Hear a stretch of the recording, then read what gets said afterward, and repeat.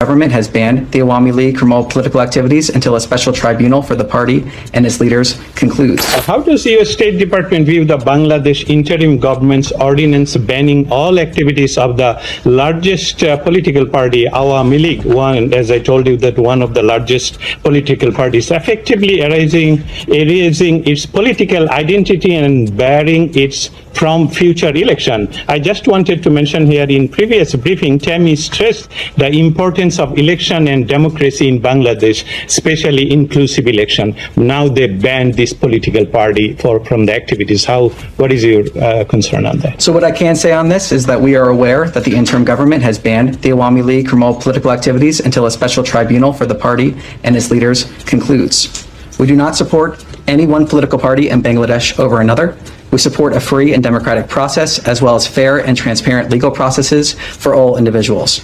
We urge all countries, including Bangladesh, to respect the freedoms of expression, peaceful assembly, and association for all. And ঘটনা তাহলে ঘটাই দিল না, ঘটনা তাহলে ঘটাই দিল আমেরিকা। আপনার ডক্টর ইউনুস কিংবা অন্তর্বর্তীকালের সরকার তারা জানেন কি ভাবছে?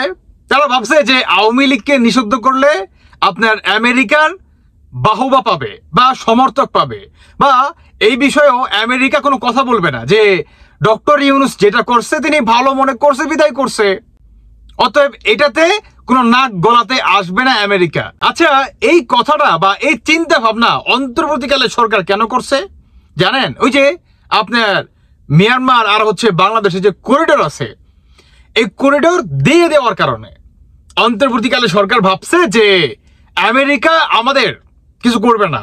কিন্তু আমেরিকার আপনার সাফ সাফাই বক্তব্য যে বাংলাদেশের গণতন্ত্র ফিরিয়ে আনার জন্য, যেখানে এতদিন ধরে কথা বা আমরা বলে আসতেছিলাম যে আগামী বাংলাদেশের নির্বাচনকে কেন্দ্র করে সমস্ত দলকে অংশগ্রহণ করতে হবে, যারা নাকি জঙ্গিবাদী তাদেরকে বিচারের কাঠগড়ায় এনে বা সুষ্ঠু একটা আপনার বিচারের প্রক্রিয়া করে তাদেরকে সাজা দিতে হবে।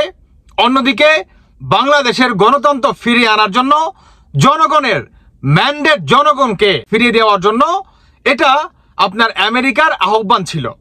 কিন্তু অন্তর্বর্তীকালে সরকার আপনার মিয়ানমার আর বাংলাদেশের মানে আমেরিকার চাওয়াতে সেই করিডোর যে দিছে, এটার জন্যই তিনি এত সাহস পেয়ে গেছিল যে বর্তমান যা খুশি তাই করবে, আর আমেরিকা ডক্টর ইউনুসের দিবে, সমর্থক করবে।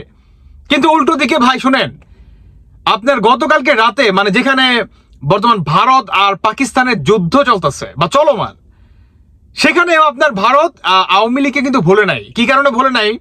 কালকে আপনার ভারতের একটা বক্তব্য যে আওয়ামী লীগকে যে সকল কার্যক্রম যে বন্ধ করলো বা নিষিদ্ধ করলো, এটার এগেনস্টে আপনার চরম একটা বক্তব্য রাখছে মনে করেন ভারতে।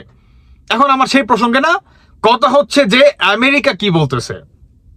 আমেরিকাদের ডোনাল্ড ট্রাম্প কিংবা জাতিসংঘের স্পষ্ট বক্তব্য, আপনার বাংলাদেশের কোনো দলের, বিশেষ করে এত বড় একটা রাজনৈতিক দলের যে কার্যক্রম যে নিষিদ্ধ করলো, এটার এগেনস্টে এটাকে তারা সমর্থন করে না।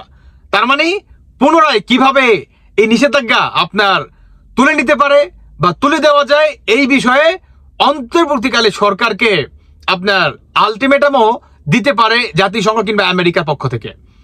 এটা অচিরেই দেখতে পারবেন, কারণ বর্তমান তো আপনার আওয়ামী লীগের যে কার্যক্রম যে নিষিদ্ধ মানে কি, মানে পুরো দলকেই নিষিদ্ধ করা। যেখানে আওয়ামী লীগ পাচ্ছে সেখানে তো আপনার গ্রেফতার করে যাচ্ছে, যারা নাকি ভদ্র, আপনার কোনো আপনার দুর্নীতি মামলা মোকদ্দমা কিংবা কোনো উচ্ছৃঙ্খলার সাথে কোনো জড়িত নাই, তাদেরকে পর্যন্ত গণহারে গ্রেফতার করতেছে, তাই না?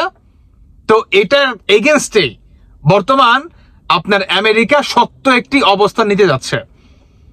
এখন সবচেয়ে বড় কথা হচ্ছে এই যে আমেরিকার যে প্রতিবেদনটা, যে কোনো দলের নিষেধাজ্ঞার পক্ষে নন, উল্টো দিকে যে নিষেধাজ্ঞা দিছে অন্তর্বর্তীকালে সরকার, এটার সমর্থক করে না আমেরিকা, এবং এটাকে অতি দ্রুত তুলে নিতে হবে।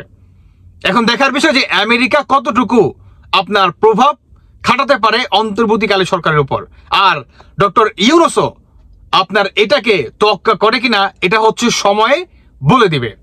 এ নিয়ে দর্শক বন্ধুরা বাকিটা আপনাদের ব্যক্তিগত মতামত অবশ্যই জানিয়ে যাবেন। ধন্যবাদ সবাইকে। আল্লাহ হাফেজ। আসসালামু আলাইকুম।